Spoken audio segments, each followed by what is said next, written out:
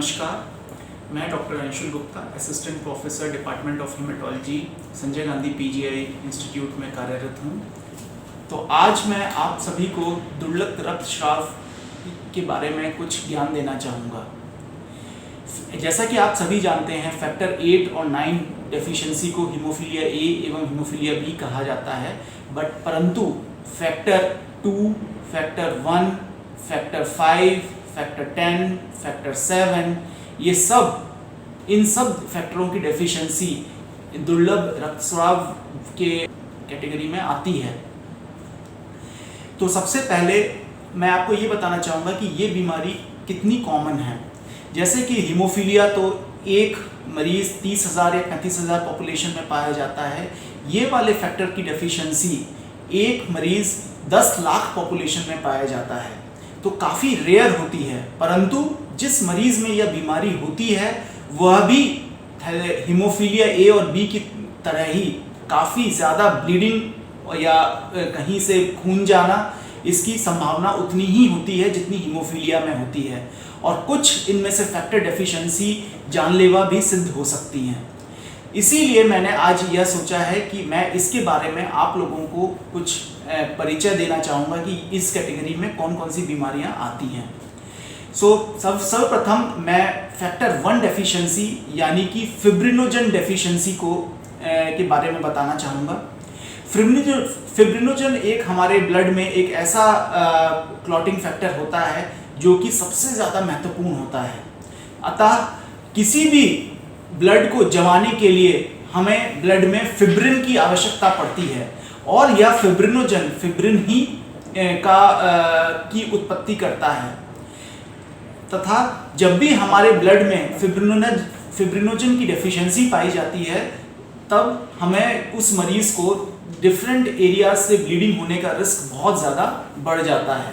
जैसे कि जब नवजात शिशु पैदा होता है तो इन बच्चों में जिनमें फिब्रिनोजन डेफिशिएंसी होती है, उनके अम्बिलिकल कॉर्ड से बहुत लंबे समय तक ब्लीडिंग होती रहती है। तथा इन बच्चों में कभी कभी पैदाइश के समय ही ब्रेन के अंदर भी ब्लीडिंग पाई जाती है।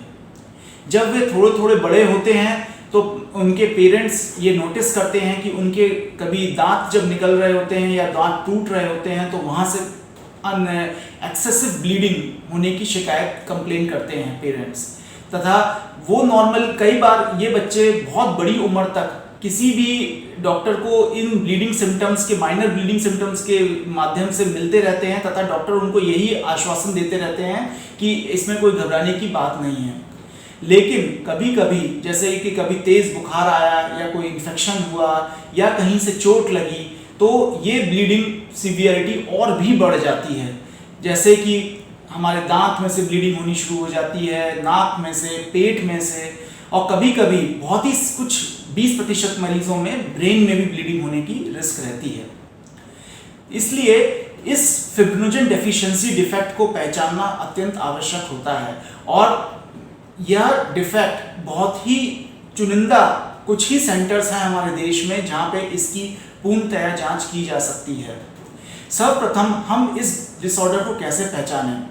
जब भी कोई मरीज ब्लीडिंग सिम्टम्स के साथ आता है तो हमें सर्वप्रथम उसके कुछ बेसिक टेस्ट करने होते हैं, जिसमें कि प्रोथ्रोम्बिन टाइम, एपीटीटी तथा प्लेटलेट काउंट। ये 3 टेस्ट अत्यंत अनिवार्य होते हैं। फिब्रिनोजन डेफिशिएंसी में पीटी एवं एपीटीटी दोनों ही बड़े होते हैं, जबकि हीमोफीलिया टेस्ट में खाली सिर्फ एपीटीटी बड़ा होता है। तो किसी मरीज का यदि प्रोथ्रोम्बिन टाइम या एपीटीटी टाइम बड़ा हुआ है तो यह समझिए कि कहीं हम फिब्रिनोजन डेफिशिएंसी से तो डील नहीं कर रहे।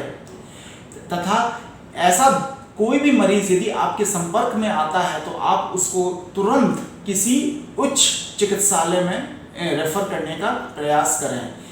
हमारे देश में इस फिब्रिनोजन डेफिशिएंसी के लिए बहुत ही कम प्रयोगशालाओं में यह टेस्ट होता है, जिनमें से संजय गांधी पीजीआई, केजीएमसी लखनऊ एवं all India institute of medical sciences तथा सीएमसी वेल्लोर, इन 4 इंस्टीट्यूट में इस जांच को करने की सुविधा उपलब्ध है। तो फिब्रिनोजन डेफिशिएंसी का जो इलाज है उसमें हमें आमतौर पर एफएफपी या प्लाज्मा या क्रायोप्रेसिपिटेट चढ़ाना पड़ता है। तथा बिकॉज जिन बच्चों में ब्लीडिंग होती है उस समय तो हम उन बच्चों को अपने नियरेस्ट चिकित्सालय ले जाके प्लाज्मा चढ़वाएं, या फिर यदि उस चिकित्सालय में क्रायोप्रेसिपिटेट की सुविधा उपलब्ध है तो क्रायोप्रेसिपिटेट चढ़ाया जाए। इससे इन बच्चों की ब्लीडिंग तुरंत रुक जाती है तथा ये बिल्कुल नॉर्मल हो जाते हैं।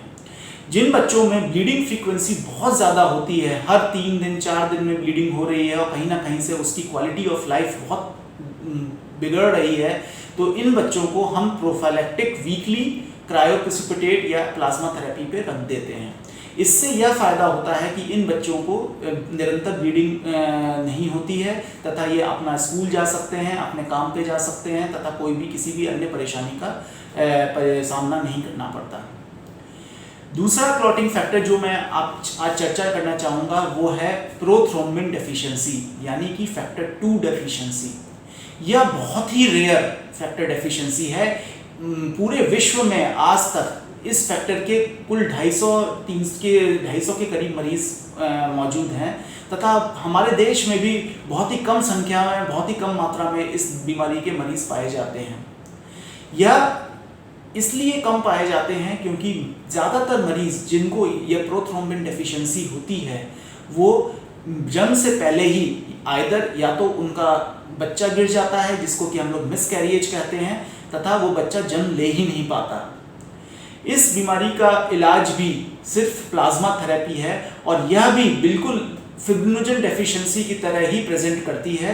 जैसे कि मैंने बताया कि डिफरेंट एरिया से ब्लीडिंग के साथ मरीज प्रेजेंट करता है, जैसे कि नाक से ब्लीडिंग, पेट से ब्लीडिंग, उल्टी में ब्लड आना, लैट्रिन की जगह से रास्ते से ब्लड आना, या कहीं से चोट लगने पर मसल में हेमाटोमा बन जाना या रक्त जम जाना। और इन मरीजों का भी इलाज सिर्फ प्लाज्मा थेरेपी ही है। तीसरे नंबर पे जो मैं एक कॉमन डेफिशिएंसी आपके सामने लाना चाहूँगा वह है फैक्टर 5 डेफिशिएंसी।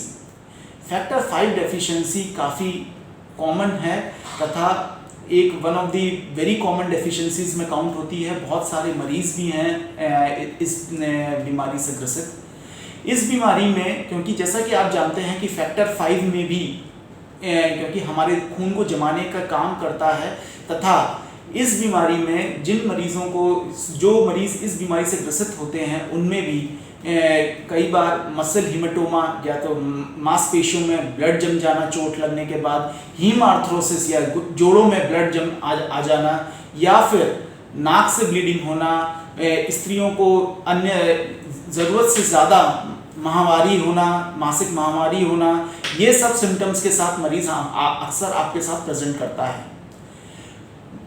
प्रॉब्लम उस चीज़ में आती है कि ज़्यादातर मरीज जो कि फैक्टर 5 की डेफिशिएंसी के होते हैं वो बहुत ही लेट डिटेक्ट हो पाते हैं।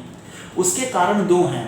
एक तो ये कि वो अक्सर एक इस्टेब्लिश्ड सेंटर पे जहाँ पे इस जांच को किया जा सके वहाँ पहुँच नहीं पाते, या फिर कुछ मरीज पहुँचने से पहले ही उनकी मृत्यु हो जाती है क्योंकि बीमारी पकड़ में ही नहीं आ पाती।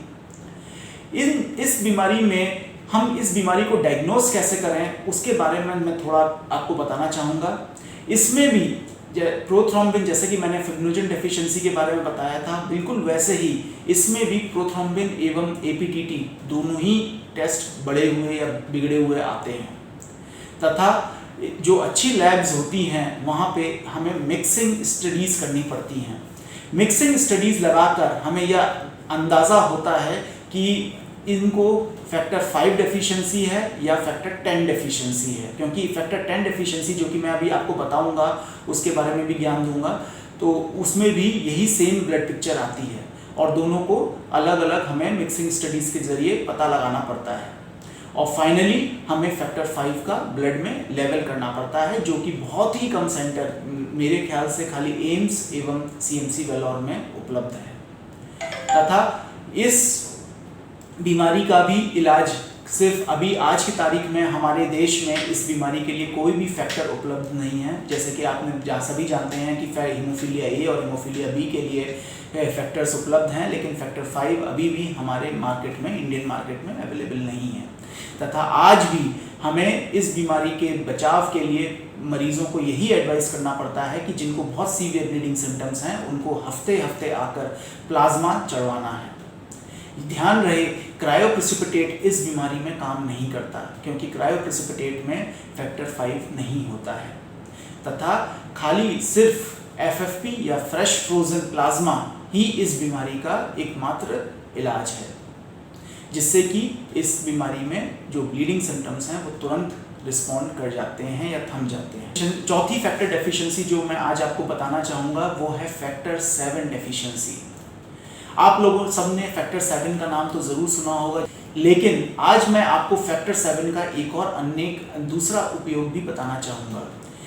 जैसे कि इनहिबिटर वाले पेशेंट्स में फैक्टर 7 काम करता है, वैसे ही कुछ मरीज़ ऐसे होते हैं जिनको जन्म से फैक्टर 7 की डेफिशिएंसी भी पाई जाती है।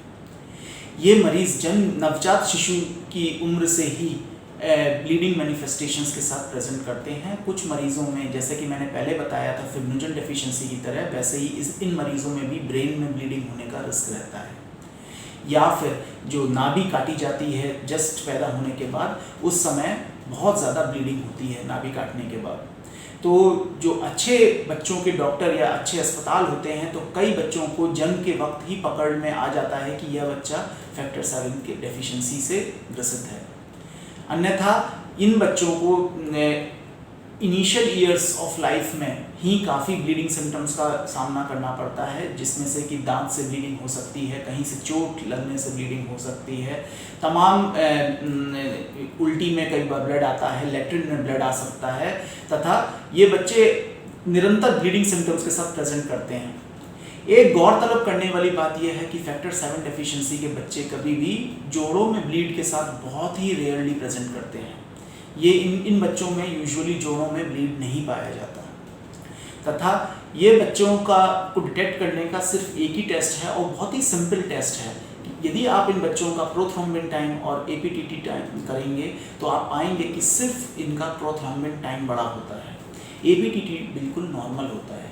जबकि यदि आप तुलना में हीमोफीलिया के मरीजों को देखें तो उसमें APTT बड़ा होता है लेकिन प्रोथ्रोम्बिन टाइम नॉर्मल होता है।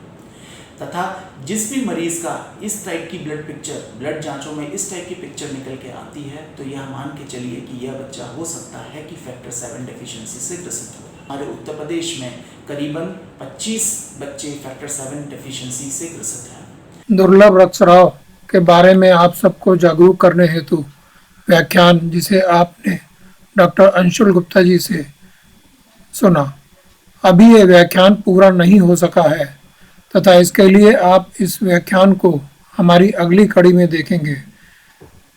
इस अगली कड़ी में आपको डॉक्टर अंशुल गुप्ता जी इन सभी दुर्लभ रक्तस्राव के इलाज एवं इनकी डोजेज के बारे में भी आपको विस्तृत रूप से बताएंगे। उम्मीद है आप इसका फ़ायदा उठाएंगे। धन्यवाद। आपका साथी विनय मनचंदा।